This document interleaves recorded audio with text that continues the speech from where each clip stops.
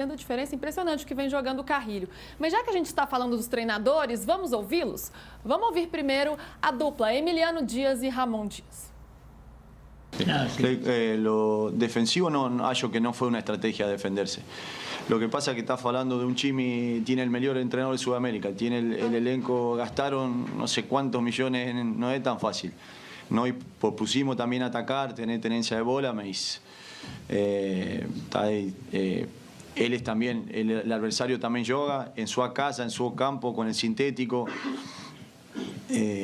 No es fácil. No propusimos de defenderse, mas Palmeiras te eleva a defenderse. Entonces, hallo que la estrategia era también no tener situaciones de circulación de bola, que en el primer tiempo hallo que la tuvimos, y proponer un juego más directo. Mas hallo que nunca planificamos un juego para defendernos, no, al contrario. Pero bueno, Futebol tem esas cosas, pero hallo que fue una gran partida de Corinthians hoje. E vocês vão entender que apesar do Corinthians ter defendido bem, apesar do Corinthians ter defendido baixo, apesar do Corinthians ter ganho mais duelos no meio campo, apesar do Corinthians ter vindo jogar aqui em contra-ataque, acabaram por ser extremamente eficazes, um remate enquadrado, um golo, e nós nas que criamos, mesmo contra um bloco baixo, não conseguimos fazer nem em jogo jogado, nem em transição, nem em bola parada.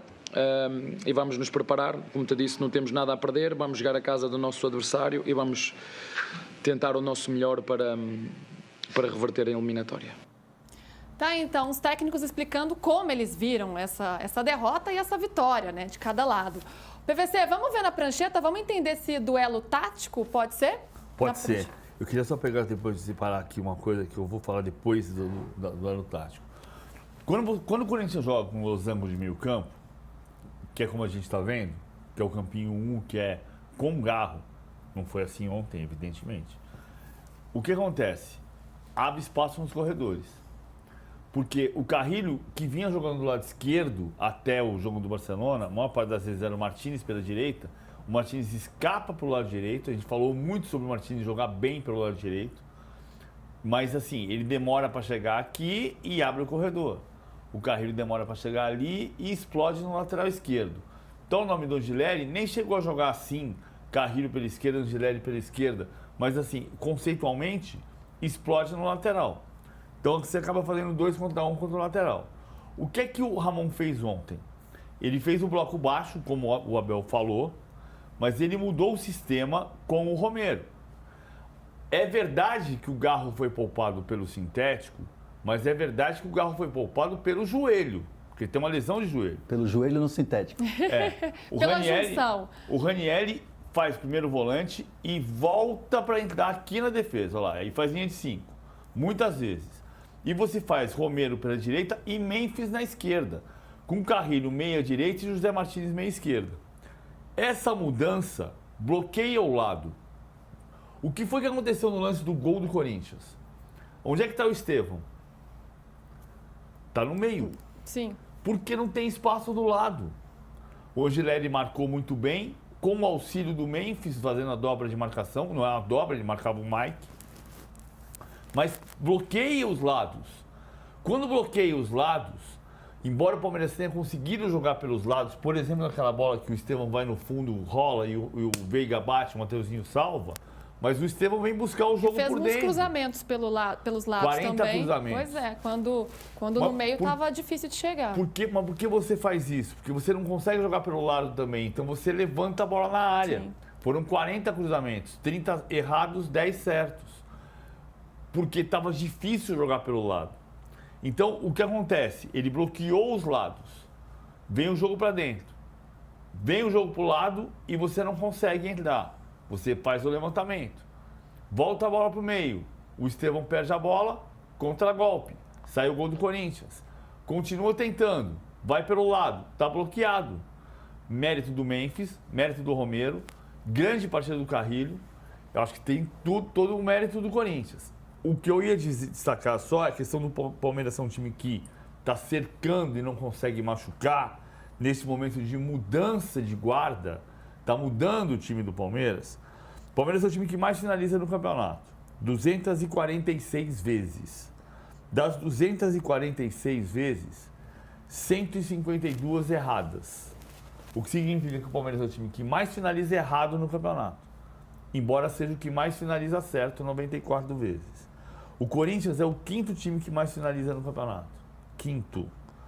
165, 165 finalizações. Das 165 finalizações, olha como é diferente o equilíbrio. 81 certas, 84 erradas.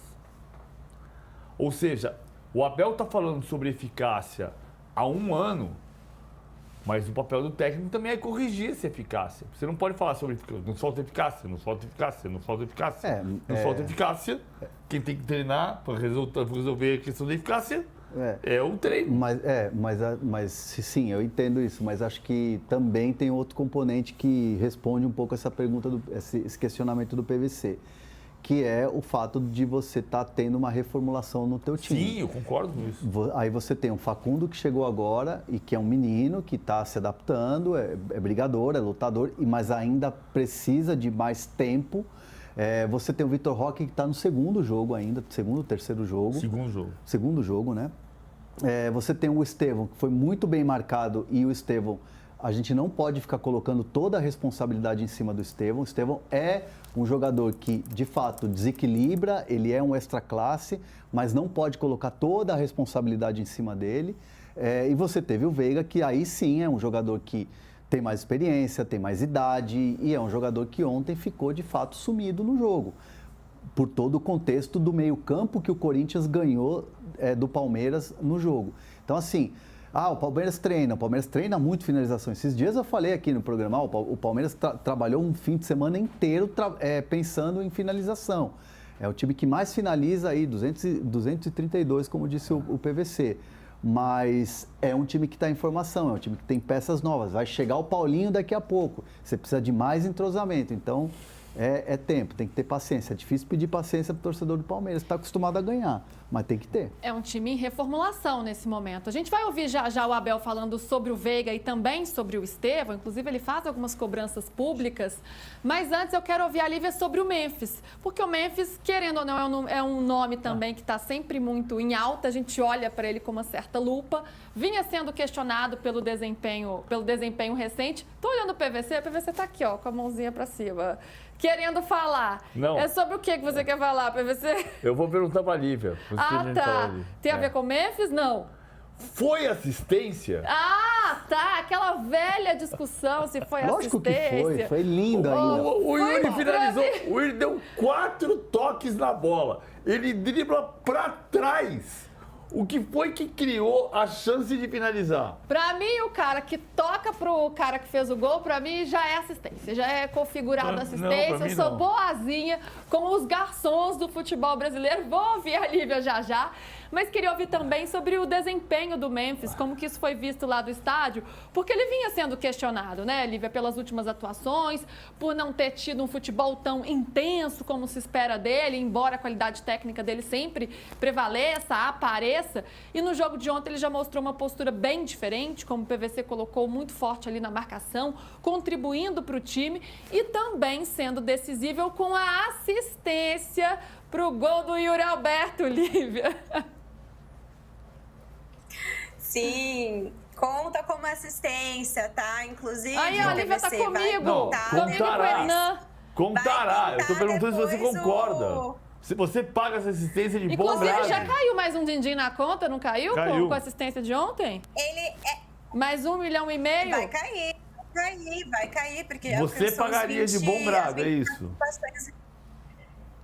Então, não tenho esse dinheiro para pagar, PVC. Quem paga é o Corinthians. Olha, eu tenho R$0 aqui para pagar o Memphis. Mas conta como assistência porque ele quebra as linhas. É ali que ele encontra o Yuri Alberto em condição, né? É um passe que desmonta essa marcação. Olha, são 3 marcadores ali que ficam na saudade. A finalização do Yuri Alberto também é lindíssima, também é um trabalho, e aí também é o trabalho do Yuri Alberto. Os dois, para mim, é sempre a dupla e o pai. E o pai é destaque absoluto. Mas um ponto importante, Lu, que você falou, e até algo que o Ramon vem já batendo na tecla nas últimas coletivas de imprensa é exatamente valorizar o Memphis como um jogador que é protagonista e, inclusive, diminuir o peso dessas críticas em cima do atacante. E aí a gente volta para quarta-feira, né, onde ele fez uma partida abaixo, né, e teve também ali as críticas dos torcedores. Só que ontem uma postura completamente diferente, voltando para marcar, muito aguerrido, que era também um ponto que os torcedores citavam, né, que faltava pro Memphis. Se perde a bola, tenta essa arrancada para evitar qualquer tipo, né, de situação pior para a defesa. E isso até tinha ficado um pouco assim, entre linhas, dos próprios defensores do Corinthians, né? Da própria linha de defesa. Em alguns momentos, o Gustavo Henrique, numa das coletivas, numa das dunamistas, falou que faltava também o trabalho dos atacantes para facilitar o trabalho deles na defesa. Então, assim, algumas indiretinhas do próprio, né, setor defensivo para a postura do Memphis, porque a gente sabe que o Yuri Alberto sempre volta para marcar. E o Garro, mesmo, né, machucado, quando esteve em campo, sempre teve essa postura. E ontem a gente viu um Memphis diferente. Aquilo que o Ramon vem batendo na tecla é exatamente para defender esse Memphis. E a gente espera que ele apareça mais vezes em campo, porque não dá só para jogar em alto nível, digamos assim, no Campeonato Paulista. Ele precisa aparecer também nas outras grandes competições pelo Corinthians. Olha só, o passe do Memphis foi lindo. Mas não foi assistência. O maior hater dos... Não é isso. Eu tô tentando só fazer assim. O que é... Os garçons do futebol brasileiro estão perdidos. Cara, com o são PVC. todos no casamento. Você tá num casamento. O garçom passa com empadinha, coxinha, vinho, cerveja. Você vai lá e pega. Se você chega no garçom e fala assim... onde ele vai chegar com essa comparação. Você chega no garçom e fala assim, o garçom, por gentileza, você pode ir lá buscar uma empadinha pra mim? Ele já não foi garçom, cara. Como diria Cilinho,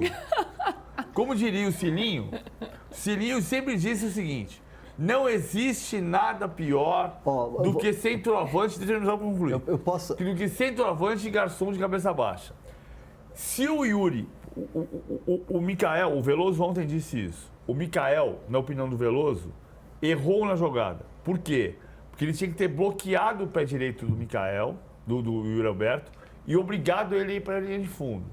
Tá. Então tem um mérito do Yuri Alberto. E o Yuri Alberto acha o espaço pelo meio. O Yuri Alberto domina, percebe que o Mikael oferece o lado direito para ele, puxa para o lado direito com um toque, depois de ter dominado, dá um outro toque e finaliza no quarto toque na bola. Para mim, nesse cenário, quando você driblou para trás, deixou de ser assistência, o que não tira a qualidade do passe. O passe do Memphis foi genial. Só que isso, meu conceito, não é assistência. Assistência é o passe que clareia a finalização. O que clareou a finalização foi o drible do Yuri. Olha lá, vem cá, vem, Mikael. Vem de novo, Mikael. Agora eu vou finalizar. O que clareou a chance de finalização não foi o passe, foi o drible. Hernan é do meu time nessa. Assistência. Muito bem, ó. E se todo mundo está satisfeito com o Memphis e, claro, com essa finalização linda aí do Yuri Alberto no jogo de ontem, os palmeirenses não saíram tão satisfeitos com o desempenho do Veiga. E o Abel falou sobre isso. Ele falou sobre o Veiga e sobre o Estevão também. Vamos ouvir. Nós olhamos para o jogo e vemos o Veiga, que fez uma assistência só na segunda parte, que a bola quase que chegava no Vitor Roque, numa bola metida nas costas, mas quando tu jogas com um adversário com um bloco tão baixo, com o Veiga a jogar ali entre linhas, onde não há espaço entre linhas, se calhar, olhando agora, se calhar aquelas duas últimas, faltou-me uma substituição. Se calhar é que podia ter tirado o Veiga e metido mais um centroavante na frente, e ficava com o Vitor Roque, Lopes e o Tales, exatamente, e deixava os corredores entregues ao Mike e ao Estevão, e do outro lado ao Piquerez e ao Filipe, e ficar com 3 na frente. Foi uma dúvida minha, mas eu acredito sempre que o Veiga é um jogador que tem golo, é um jogador que nos pode decidir a qualquer momento. Mas o problema não foi o Veiga, o problema foi o nosso adversário precisou de 3 remates, um enquadrado para fazer golo. E acho que numa situação de contra-ataque nosso, que podíamos ter passado a bola ao lado, não passámos, perdemos a bola, deu contra-ataque para o nosso adversário. Há uma bola que o Mike acaba por disputar com o Memphis e depois ela sobra para o Rios, que ela ainda bem para o nosso poder, e depois ela ressalta e sobra para ele outra vez, remate fora da área, golo, portanto... Estamos ouvindo aí o Abel falando sobre o Veiga. E aí, Hernan, o Veiga ficou devendo de fato ou ele foi muito bem marcado e a estratégia do Corinthians é que se sobrepôs ao futebol que ele conseguiria apresentar nessa partida? Eu acho que é um pouco dos dois, porque uma coisa, na verdade, acaba levando a outra. A marcação do Corinthians, a proposta do Corinthians de você fechar o meio-campo, de você ter essa marcação forte, acabou tirando um pouco do brilho do Veiga. Acabou tirando um pouco da liberdade do Veiga. E aí, quando você tem uma marcação muito forte, você sobressai com o seu talento individual. E aí é o que faltou para o Veiga. Aquela questão da individualidade. É numa bola parada, é numa falta, é você colocar o teu atacante numa situação de cabeceio. O Mikael teve uma chance clara. Mateuzinho. Ele não conversou. O Mateuzinho tirou em cima. Então, assim, faltou... O Veiga, a individualidade, o arremate de fora da área, o chute, o drible, o corte para o lado e bater, que acabou faltando inspiração. Mas se o Mateuzinho não tira aquela bola, a gente está falando que o Veiga foi decisivo no jogo. E aí tudo fica nas costas do Estevão também, né? Só uma informação importante. O bicho não pegou no vestiário por causa dessa declaração do Abel. Não aconteceu. Mas teve essa, eu nem sabia desse boato. Teve esse a história boato? é assim... o Veiga vai ficar bravo porque o Abel falou. Eu vi algumas críticas assim, o Abel tá expondo o Veiga. Não, mas o Veiga não vai ter nenhum tipo de cobrança no Abel por causa dessa questão. E nem ficou chateado. Não. O que se fala no vestiário do Palmeiras é o Veiga é muito de boa. O Veiga para e pondera o que ele podia ter feito melhor. Ainda que eu ache que se o Mateuzinho não tira aquela bola, a gente tá falando como o Veiga foi o jogador mais decisivo do Palmeiras, porque o Mateuzinho tirou a bola embaixo da linha, mas não acho que o Veiga fez uma grande partida. Não fez. E o Veiga também sabe que não fez uma grande partida. E até por isso é que ele vai ouvir o que o Abel falou. Você pode até dizer, mas ele não precisava ter me exposto. Mas não é esse o comportamento do Veiga. Então não é o que vai acontecer. O bicho não vai pegar no vestiário. O Veiga vai levar como, o que eu podia ter feito melhor? Um aprendizado. O Veiga, ele é muito consciente, né? Ele tem uma cabeça muito boa, ele é sempre muito consciente do que ele fez, do que ele poderia fazer. Todas as vezes que eu entrevistei ele, sempre percebi isso muito claramente nele. O perfil do Veiga é assim. E é um jogador que não vai chegar e contestar, né? Ele vai dialogar. Esse é o perfil. E tem uma autocrítica muito grande também, Sim, ele, né? Sabe fazer uma autoanálise. E querendo ou não, faz parte daquele perfil de jogador que busca o autoconhecimento. Então, é um perfil de jogador. E aí eu não vou entrar aqui naquele... jogador que é bonzinho, jogador que aceita tudo. Não, é um jogador que entende quando precisa passar por um processo de melhora. E o Veiga, assim, tem sido assim nos últimos anos de carreira dele.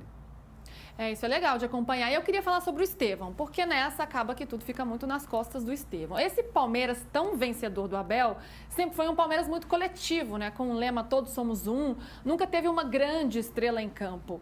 Mas, não sei, a minha percepção, PVC, é que nos últimos jogos, ou nesse Palmeiras recente, do ano passado para cá, tem sido muito dependente do Estevão. Tá faltando repertório, criatividade, ou é natural que quando você tem um jogador que é um extra classe, que é tão diferente dos demais, o jogo acaba passando muito por ele mesmo? Bom, de um ano para cá, o Palmeiras ganhou do São Paulo 2-1, o Palmeiras empatou 0-0 com o São Paulo, ganhou 1-0 do São Paulo, ganhou 2-1 do Santos, perdeu do Corinthians 2-0, empatou com o Corinthians 1-1, perdeu do Corinthians 1-0. Estou fazendo as contas do jogo. Ganhou o Campeonato Paulista, 2-0 no Santos, perdeu 1-0 na Vila. O Estevão não fez gol. Então o time não é dependente do Estevão. Ele não faz gol em clássico. Aí tem um outro problema, que é o time procura muito o Estevão. E o Estevão é um jogador de 17 anos. O Estevão não tem que ser responsável por fazer gol e dar passe para gol todo jogo. De fato, o time procura muito o Estevão, porque o Estevão é o jogador mais habilidoso do time.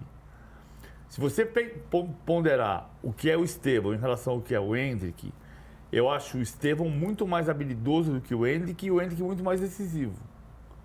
O Endrick decidiu os jogos fundamentais. O Endrick decidiu o jogo do Botafogo. Sim, ele matou, chamou a responsabilidade, matou no peito e foi embora. Ele fala, né? Dá em mim. Ele jogou 2 brasileiros pelo Palmeiras, ele fez o gol do título em 22 e em 23. Contra o Atlético Paranaense foi o gol do título em Curitiba e contra o Cruzeiro no Mineirão foi o gol do título também. Então, o Palmeiras não está dependendo do Estevão. O Palmeiras pode estar procurando demais o Estevão, que são coisas complementares, mas diferentes. Então, precisa de um repertório que não dependa do Estevão? Precisa. Principalmente porque o Estevão não está decidindo o jogo. O jogo grande o Estevão não está decidindo. O que é natural, ele tem 17 anos. Eu não estou cobrando que ele decida. Eu estou constatando que ele não está decidindo.